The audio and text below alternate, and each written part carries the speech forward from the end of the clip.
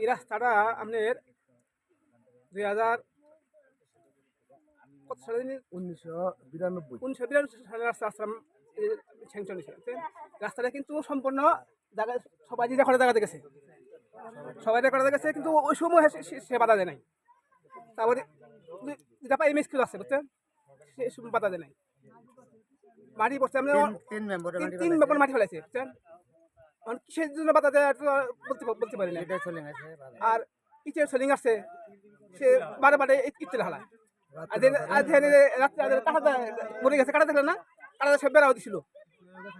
কিছু পোলাহানে বসে কিছু পোলাহানে বসে থেকে কিছু পোলাহানে বসে থেকে বলছেন গরিব মানুষ তাকে নামে আসামি দিছে।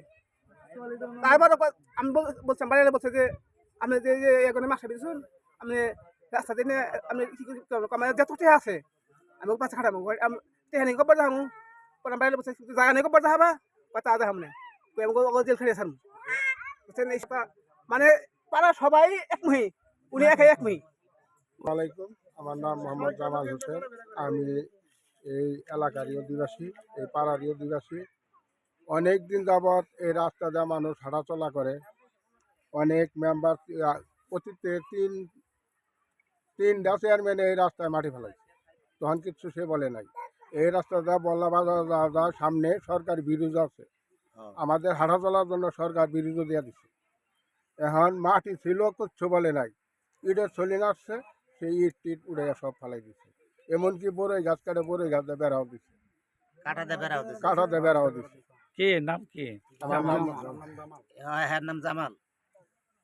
কি করে সে? সে কৃষি কাজ করে, কৃষি কাজ করে, দিনে কোনো কাজ নাই।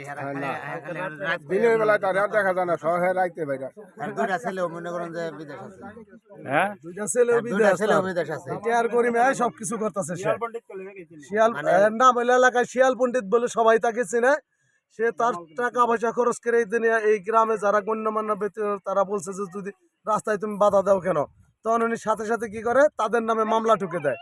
একবার থানায় মামলা করছে, থানার মামলায় থানা থেকে তদন্ত আসছিল, মিন্টু দারাগা এসে বলছে যে এটা রাস্তা তুমি এটা নষ্ট করে, সেই রাস্তা করার জন্য পারমিশন দিয়ে গেছে। তারপরে তিনি আবার পুনরায় যে কুড়ে মামলা করছে, কুড়ে ইয়ানুর সাথে গত বুধবার আমরা দুপক্ষরে ডাকছিল, দুই পক্ষ ডাকার পর তাহলে উনি একটা সমাধান দিয়েছে যে এই চেয়ারম্যান সাহেবের উপর দায়িত্ব হচ্ছে, ইউনিয়ন পরিষদ চেয়ারম্যান সাহেব এবং মেম্বার সাহেবের উপর দায়িত্ব হচ্ছে। সেটা শুনে তারপরে বলছে মামলা তুলে দেন। পরে যে আবার আরেকটা মামলা করছে বলে শুনলাম, সে ওই বাগুটা যে আর্মির ক্যাম্প আছে সেখানে একটা অভিযোগ দিছে। অর্থাৎ আমরা এই এলাকাবাসী একটা প্রাইমারি স্কুল, এখানে এতগুলা লোকের 4-5 হাজার লোকের যাতায়াত, এখানে সেই যাতায়াতগুলো বাধাগ্রস্ত করতেছে এবং যে বলে তার বিরুদ্ধে সে মামলা দায়ের করতে যাইতেছে। ওই মনসুর আহমেদের বাড়ি থেকে বলনা পর্যন্ত আমাদের রাস্তা, এই রাস্তায় প্রায় প্রতিদিন 1 থেকে 500 লোক যাতায়াত করে। এই রাস্তার মধ্যেও বেড়াতে রাখছে। ওই যে বলে যে ভাই রাস্তা দেন গে, যে বলে তার বিরুদ্ধে 144 দ্বারা মামলা করে রাখে। আমাদের দাবি এই রাস্তা আমরা চাই। এই দিক দিয়ে প্রতিদিন 1 থেকে 500 লোক বল্লা বাজারে আপ ডাউন করে, সাথেও অনেক বসত বাড়ি ঘর আছে।